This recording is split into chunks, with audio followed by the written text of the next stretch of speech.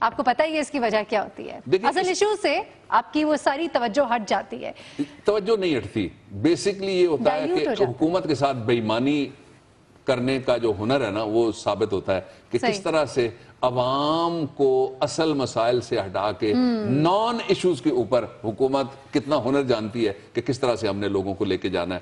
اچھا ایک اور پہلو یہ بھی ہے، اور وہ پہلو یہ ہے کہ بجلی کے اندر آج بھی میں پوری ذمہ داری سے یہ بات کہنے لگا ہوں، ہم نے یہ بات بھی کہی ہوئی ہے، ریکارڈ پہ ہے کہ بجلی کے اندر اس وقت بھی ایسے ادارے ہیں جن کو میں کمرشل اداروں کی بات کرنے لگا ہوں، دوستوں کے، جن کو 100% بجلی زیادہ ملتی ہے باقی ساری انڈسٹری سے.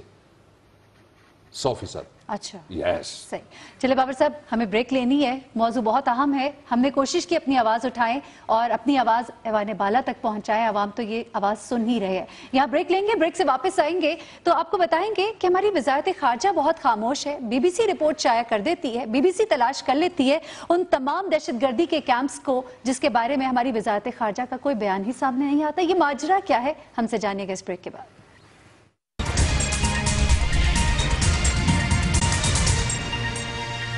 کی اپنی لوڈ شیڈنگ ہونے والی ہے، یہ انتظار کریں کہ اپنی لوڈ شیڈنگ ہونے والی ہے. جب وزیر دفاع نے کہا کہ تمہاری لوڈ شیڈنگ ہوگی، بیٹے وزیر دفاع تیری لوڈ شیڈنگ ہو گئی یا نہیں ہو گئی؟ وزیر دفاع ہر طرح سے ہمیں لوڈ شیڈنگ کرنی آتی ہے. جی ویلکم بیک ناظرین. یہ ابھی بابر صاحب آپ نے سنا کیا کہا جا رہا ہے؟ وزیر پانی نہ بجلی کیا کہتے ہیں، اس کے بعد دوسرا بیان کیا آتا ہے؟ دیکھیں یہ جو اس وقت میں نے آپ کو تھوڑی دیر پہلے یہ کہا تھا کہ حکومت کی پوری کوشش ہے کہ وہ ایسی سیاسی ریٹرک اور ایسی بڑکوں میں، ایسے فلمی ڈائلاگز میں ملوث کر دے کہ جدھر قوم کہتے ہیں نا کہ good news is no news, bad news is a news. اچھی خبر کوئی خبر نہیں ہوتی، بری خبر ہی خبر ہوتی ہے. تو یہ بری خبر بنا کے لوگوں کو اس ساری صورتحال کو پیش کیا جائے. یہ جو ایم کیو ایم کے حوالے سے بی بی سی کی جو رپورٹ ہے اس کے کچھ پہلو ایسے ہیں جن کے اوپر میں گفتگو نہیں کروں گا، اس لیے کہ تفتیشی اداروں کا کام ہے، میں تفتیش کار نہیں ہوں. دوسری میں اس لیے گفتگو نہیں کروں گا کہ جو تفتیش کرنے والے ہیں وہ میڈیا پہ تفتیش کرتے ہوئے زیادہ مجھے نظر آ رہے ہیں. وزیر بول رہے ہیں لیکن اصل میں کوئی تفتیش ہو بھی رہی ہے یا نہیں ہو رہی یہ مجھے معلوم نہیں. اچھا وہ ان کو وزیر دفاع بلا رہے ہیں. اچھا پھر یہ اینگل تھا جو انہوں نے نکالا اور بڑا بریلینٹ اینگل ہے جو ان کو وزیر دفاع کہا جائے، اس لیے کہ یہ دفاع والوں کے خلاف جتنا یہ وزیر بولتے ہیں کوئی اور بولا ہی نہیں ہے. انہوں نے وزیر دفاع بھی یہ ایک طنز تھی جو کی گئی ہے. جو اصل پہلو ہے وہ پہلو یہ ہے کہ اس جو رپورٹ ہے اس میں سے 2 انتہائی عالمی سطح کے مسائل کھل کر سامنے آئے ہیں. صحیح. اچھا ان میں سے پہلا مسئلہ کیا ہے؟ پہلا مسئلہ یہ ہے کہ بھارت کا ثبوت بیرون ملک سے، پاکستان کے اندر سے نہیں، کسی پاکستانی ایجنسی کے منہ سے نہیں، بلکہ ایک بین الاقوامی میڈیا کی جو جس کو کہا جاتا ہے مستند ادارہ مانا جاتا ہے. نہیں، یہ میڈیا کا باپ ہے. بی بی سی جو اس کو مانا جاتا ہے کہ یہ میڈیا کا باپ ہے، یعنی اس طرز کی جو صحافت ہے بین الاقوامی سطح کی یہ تو شروع ہی بی بی سی سے ہوئی. اور آج بھی ان کے مختلف پروگرامز پاکستان سمیت ان کو بورو کیا جاتا ہے، ان کے ساتھ کولیبریٹ کرتے ہیں اور کریڈیبلٹی آپ نے بالکل درست کہا اس کی موجود ہے بڑے پیمانے کے اوپر. وہاں سے یہ خبر نکلتی ہے کہ بھارت پاکستان کے اندر پاکستان کو غیر مستحکم کرنے کے لیے، ہماری سالمیت کو نقصان پہنچانے کے لیے پیسے ڈال رہا ہے جس کو ہم فنڈنگ کہہ رہے ہیں. ٹھیک ہے جی، ایک خبر تو یہ آ گئی. اب اس خبر کے اوپر اس طرح کی مردنی چھائی ہوئی ہے، ایسی خاموشی ہے، اور وہ پنجابی میں کہتے ہیں بٹھنڈا کا رستہ ٹائپ ڈھونڈنے کے لیے ایک خط لکھنے کی بات ہو رہی ہے. یہ کوئی خط لکھا گیا ہے کہ اگر خطوں کا کوئی جواب آتا ہے، اگر کوئی رپورٹ موجود ہے تو وہ رپورٹ سامنے ہے، اگر اس رپورٹ میں حقائق موجود ہیں تو وہ حقائق دیوار پہ لکھے ہوئے ہیں. وہ بی بی سی نے خود کلیم کیا ہے کہ وہ حقائق موجود ہیں. جو فنڈنگ والی بات ہے اس کو ابھی تک پاکستان کی وزارت خارجہ نے کیوں نہیں اٹھایا؟ میں یہ سوال قوم کی طرف سے سامنے رکھنا چاہتا ہوں. پہلی بات. دوسری بات، پاکستان کا وزیر خارجہ، اس وقت 3 پاکستان کے وزیر خارجہ ہیں. میں لوگوں کو یاد دہانی کے لیے ہمیشہ کہتا رہا ہوں اور کہتا رہوں گا کہ جب رولز آف بزنس آف 1973 کے مطابق جب کسی وزارت میں وزیر نہ ہو، وہاں صرف مشیر ہو، تو وہ وزارت پھر ریزیڈری پاورز کے تحت ویسٹ کرتی ہے وزیر اعظم کے پاس. وزیر اعظم وزیر خارجہ ہے. اور دو وہاں پہ بزرگ ہمارے سینئر سٹیزن بابے بھی بٹھائے ہوئے ہیں، وہ دونوں بھی خاموش ہیں. تو اس خاموشی کا کیا مطلب نکالا جائے؟ پاکستان کی ایک عدالت نے ایک ملزم کو ضمانت پہ رہا کر دیا، تو انڈیا نے اس ضمانت کے حوالے سے ایک ایسی ڈپلومیٹک موو کی کہ جس نے سب کو پریشان کر کے رکھ دیا، حیران کر کے. ہم تو سوئے رہے نہیں جی، پاکستان کا جو وزارت خارجہ وہ سو رہا ہے، وزیر خارجہ ہے کوئی نہیں، ہمیں وزیر خارجہ کی ضرورت نہیں ہے، ہمیں تو وزیر میٹرو کی ضرورت ہے، ہمیں تو پانی کی بھی ضرورت نہیں ہے، ہمیں بجلی کی بھی ضرورت کوئی نہیں، ہمیں تو وزیر میگا کی ضرورت ہے، ہمیں وزیر جنگلہ کی ضرورت ہے، وزیر سریا کی ضرورت ہے. وہاں پہ جا کے جہاں پہ پاکستان کے اوپر سیریا کی طرح سے، پاکستان کے اوپر لیبیا کی طرح سے، پاکستان کے اوپر ایران کی طرح سے اور پاکستان کے اوپر عراق کی طرح سے پابندیاں لگانے کے لیے قرارداد لے کے بھارت چلا گیا. یہاں کسی کو خبر ہی نہیں ہے کہ کوئی قرارداد بھی گئی ہے. یہاں جن کے ذمہ پاکستانی سفارت خانہ وہاں پہ سویا رہا. اچھا، پاکستانی سفارت خانہ irrelevant ہو کے سویا رہا. آپ نے بالکل درست بات کی کہ پاکستانی سفارت خانہ سویا رہا، اور نہ صرف یہ کہ وہ سویا رہا بلکہ ان کی طرف سے جو واویلا پہلے ہونا چاہیے تھا. کیا یہ رپورٹ بی بی سی نے ایک دن میں بنائی ہوگی؟ ابھی آپ نے سنا کہ وہ جو کہ ان کی لوڈ شیڈنگ ہونے والی ہے، اور آگے سے انہوں نے کہا ان کی چائنا کٹنگ آج سے ہو گئی، مطلب اس کا وہ تھا. تو جو اصل ایشو ہے وہ یہ ہے کہ ایک ایسا دوست ہمارا ہمالا کے اس پار کا چین جو ٹائم ٹیسٹڈ ہے، جس کے خلاف بھارت بولتا رہتا ہے، اس کا جھگڑا ہے اسی طرح سے پاکستان کے ساتھ بھارت کا جس طرح چین کے ساتھ جھگڑا ہے. اس نے اس قرارداد کو ویٹو کر کے ہماری عزت بھی بچائی، ہماری سالمیت بھی بچائی. چین کا بہت شکریہ، ہم پوری اپنی طرف سے، دنیا کی طرف سے پورا شکریہ ادا کرتے ہیں چین کی، بڑی مہربانی. لیکن ہم کب تک دوسروں کے آسرے پہ زندہ رہیں گے؟ اپنے پاؤں پہ ہم کب تک کھڑے نہیں ہوں گے؟ اچھا، ایک اور پہلو ہے اس کا جو بہت ہی عام ہے، وہ یہ ہے کہ بھارت ہمیشہ دو باتیں کہتا رہا ہے. ایک بات یہ کہتا رہا ہے کہ پاکستان کے اندر ہم سرجیکل سٹرائک کرنے جا رہے ہیں، پلان کرتے رہے ہیں، اور ہم وہ سرجیکل سٹرائک کریں گے کسی وقت. یہ ہمیشہ سے ہرزہ سرائی بھارت کی طرف سے اور دھمکی آمیز بات ہوتی رہی، اور اس کی بنیاد ایک بنائے گی کہ پاکستان کے اندر کوئی کیمپس ہیں. ٹھیک ہے، اور جو وہ کیمپس ہیں وہ کوئی بات نہیں کر رہے ہمارا جو ویسٹرن بارڈر ہے اور ہمارا جو نارتھ ہے اس کی بات نہیں کرتے، وہ تو کہتے ہیں شہروں کے اندر کیمپس ہیں. یہ لینگویج وہ بول چکے ہیں. ان کا اشارہ پنجاب کے کچھ علاقوں کی طرف، باقی علاقوں کی طرف، یا کشمیر کے جو بارڈر ہے اس کی طرف ہوتا ہے. اچھا، ایک بات یہ ہو گئی. دوسرا، وہ ہمیشہ یہ کہتے رہے کہ پاکستان کے اندر دہشت گردی کی نرسریاں بنی ہوئی ہیں. نرسری کہاں ہوتی ہے؟ جہاں پہ کوئی کیمپ ہو. اور نرسری کہاں ہوتی ہے؟ جہاں پہ کوئی ٹریننگ ہو.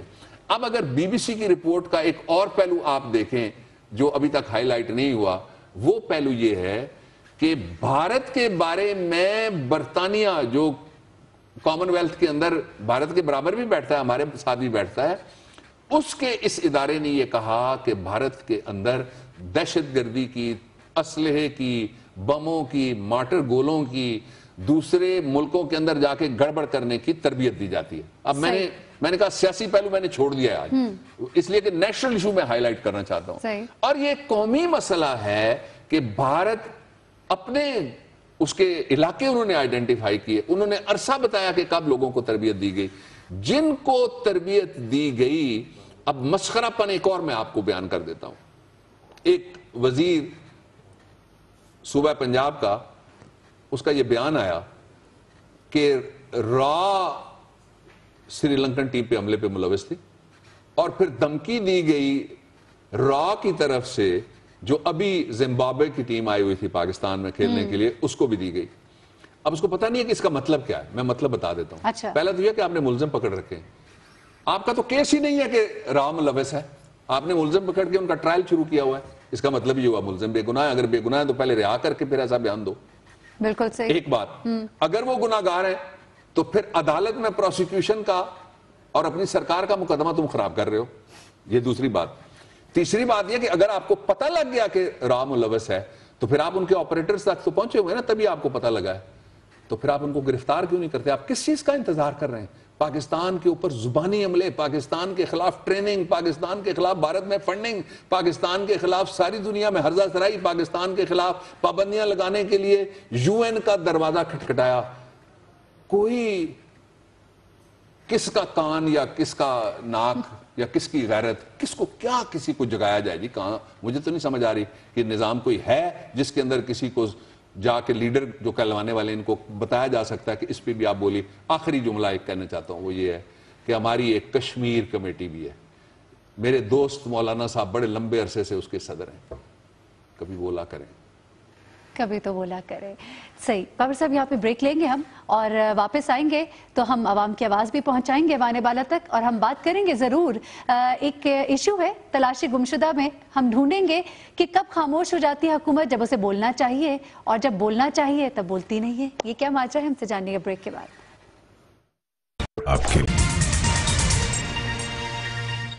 جی ویلکم بیک ناظرین. ذرا بات کر لیتے ہیں تلاشی گمشدہ میں گڈ گورننس کو ڈھونڈتے ہیں.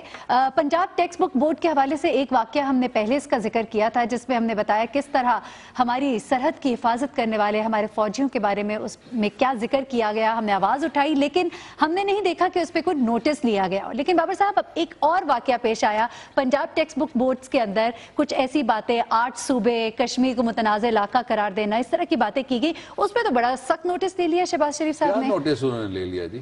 کبھی ان کے نوٹسوں سے کچھ ہلا بھی ہے، کبھی اس کا کوئی نتیجہ بھی نکلا ہے. انہوں نے نوٹس تو لیا نا بابر صاحب، اس پہ تو نوٹس بھی نہیں لیا. مجھے نہیں پتا وہ جو لے رہے ہیں سارے ایکشنز ان کو وہ نوٹس کہہ کے پھر ان کے لیے کوئی ڈمپنگ گراؤنڈ کس شہر میں بنی ہوئی ہے جہاں جا کے وہ سارے پھینکے جاتے ہیں. یہ تو مذاق ہے پاکستان کی قوم اور پاکستان کی گورننس کے ساتھ اور پاکستان کے مستقبل کے ساتھ. جو اس میں سے ایک ایشو امپورٹنٹ ہے کشمیر والا جس نے کیا ہے اس کو تو کڑیل میں ہونا چاہیے. نوٹس کیا لیا ہے جی؟ آپ پکڑیں، مقدمہ درج کریں. جس نے پھر نئی جو حد بندی ہے، میں تو سمجھتا ہوں کہ یہ ان کا اپنا وعدہ ہے. انہوں نے کہا تھا ہم سرائکی صوبہ بنائیں گے. انہوں نے پنجاب میں یہ بھی کہا تھا کہ ہم پٹواری صوبہ بنائیں گے. انہوں نے ہزارہ صوبہ بنانے کے، جب اپوزیشن میں تھے اس وقت تو بڑے کھلے دل کے ساتھ صوبے بنا رہے تھے نا. ہزارہ صوبہ بنانے کا بھی انہوں نے وعدہ کیا. پھر ہزارہ صوبے کے ایشو کے اوپر 8 سے زیادہ لاشیں گرائی گئیں. وہاں کے لوگ اب اقتدار میں بیٹھے ہوئے ہیں لیکن وہ صوبہ ابھی بھی کہتے ہیں جی ہزارہ پھلانا کھارا، ہمیں ہمارا صوبہ دے دو. سرائکی والے بھی علیحدہ. جو اصل ایشو ہے وہ آپ نے جو چھیڑا وہ یہ ہے کہ بولنے والے ایشوز کے اوپر یہ نہیں بولتے. مثلاً جو وکیلوں کی سب سے بڑی بار ہے لاہور ہائی کورٹ، مؤثر ترین بار سمجھی جاتی ہے، اس نے مسعود چشتی کی صدارت میں بیٹھ کے قرارداد پاس کر دی اور کہا کہ ہم اپنی سرزمین کا دفاع کرنا جانتے ہیں. ان سے نہیں ہو سکا کہ یہ کھڑے ہو کے یہ کہیں کہ مودی صاحب جو آپ پاکستان کے اندر فنڈنگ کر رہے ہیں اس کو مخاطب، مودی کو کیوں مخاطب نہیں کرتے جی؟ شرماتے کیوں ہیں یہ؟ ڈرتے تو نہیں، میں نہیں کہتا کہ کوئی ڈرے گا مسلمان مودی سے، لیکن وہ جو بھارت کے اندر رہنے والے مسلمان ہیں وہ بھی اس سے نہیں ڈرتے.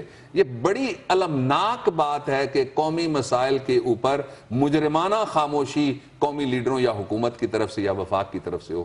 یہ قابل معافی چیز نہیں ہے. اور پھر آپ دیکھ لیجئے گا اس نوٹس کا حال بھی جو پتہ نہیں کوئی 57 کروڑ 58 لاکھ اور 60,771 جو نوٹس پہلے لیے ہوئے ان کا کیا بنا؟ چلیے نوٹسز سے بات کو ذرا آگے تو بڑھائیے بابر صاحب. ہم بھی بات کو آگے بڑھاتے ہیں اور عوام کی آواز جو ہے اس کو ہم نے ضرور پہنچانا ہے ایوان بالا تک. شاید یہی سنی جائے. پلیز. محمد زبیر صاحب سے انہوں نے کہا کہ this heat wave has proved that Karachi needs more hospitals. یہ کہتے ہیں کہ یہ انہوں نے ایک تصویر بھی بڑی دل دکھا دینے والی، ایک سینئر سٹیزن ہے ان کو بچانے کی شہری کوشش کر رہے ہیں پانی ڈال کے اپنے طریقے سے. کہتے ہیں یہ گرمی کی جو لہر ہے اس کا مطلب یہ ہے کہ ہمیں مزید ہسپتالوں کی ضرورت ہے اینڈ بیٹر ایکوپمنٹ اور بہتر طریقے سے. آپ کو بھائی محمد زبیر بہتر حکمرانوں کی ضرورت ہے، بہتر قیادت کی ضرورت ہے اور کراچی کو توجہ کی ضرورت ہے، سیاست کی کم ضرورت ہے. عبدالرحمن علیمی صاحب ہیں complained for low and unstable voltage on 21st June at K Electric and still waiting for the miracle. وہ کہتے ہیں جی کہ میں نے 21 جون کو جو بجلی میں گڑبڑ تھی کے الیکٹرک کو ہم نے شکایت کی اور وہ معجزے کے انتظار میں بیٹھے ہوئے ہیں. یہ معجزہ نہیں ہونے والا. 3 مہینے سے لے کے 2018 تک ان سے کچھ نہیں ہونے والا. آپ کچھ کریں گے پھر سب ہل پڑیں گے. ہادیہ ثاقب ہاشمی کہہ رہی ہیں سر robbery cases have rapidly increased at افطار ٹائم in Ramadan. کہ یہ بازاروں میں خاتون کہتی ہیں کہ جو ڈکیتیاں ہیں افطار ٹائم پہ بہت